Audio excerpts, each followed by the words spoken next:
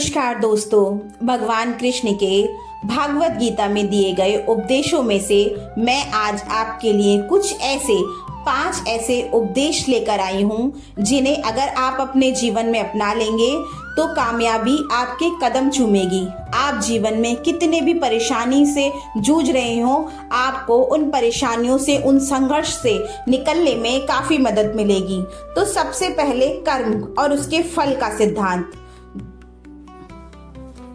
दोस्तों कहते हैं कर्म और फल का संबंध ऐसा ही है कि यदि हम जब भी फल को सोच सोच के कर्म करते हैं तब हम अनावश्यक रूप से ही अपने जीवन को, अपने मस्तिष्क को नकारात्मक भाव से भर लेते हैं। पर जब हम ये सोचते हैं कि हमारा काम सिर्फ कर्म करना है, फल देना ना देना, कब देना, सही समय पर देना, वो ईश्वर का काम है। अगर हम इस मानसिकता से कर्म करते हैं तो निश्चित तौर पर ईश्वर हमें सही समय पर सही सफलता जरूर देते हैं।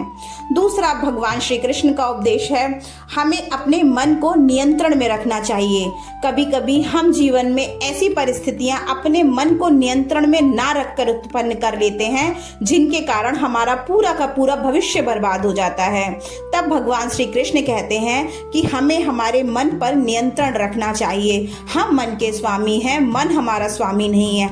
हमें अपने मस्तिष्क को, अपने मन और भावनाओं को नियंत्रण में रखने के लिए अभ्यास करना चाहिए। उस अभ्यास से ही हम अपने मन को नियंत्रण में कर सकते हैं, क्योंकि अगर आपका मन नियंत्रित है तो आप जिंदगी की हर जंग जीत लेंगे। एक बात और, परिवर्तन का नियम भगवान श्री कृष्ण ने कहा है, अर्जुन से भी ये कहा था कि हे पार्थ, यह संसार परिवर्तनशील है।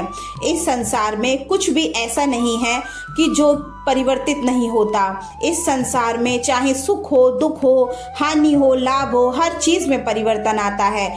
जो इंसान उस परिवर्तन से अपनाकर उसे अपने जीवन का हिस्सा बना लेता है, खुश रहता है, वह जीवन की हर परिस्थिति पर विजय प्राप्त कर लेता है।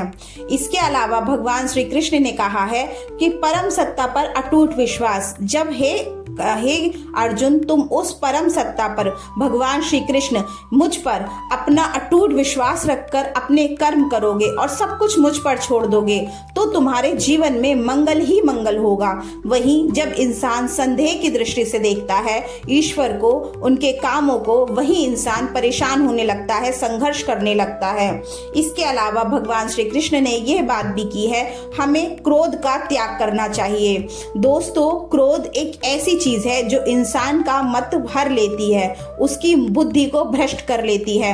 अच्छे से अच्छा, विवेकशील से विवेकशील इंसान भी क्रोध में आकर ऐसे फैसले लेता है जो उसके और उसके परिवार वालों के जीवन को अंधकार के गर्त में डाल सकता है। इसीलिए यदि हमें क्रोध आए तो कुछ समय मौन रहकर हम अपने आप को शांत करने की कोशिश करें।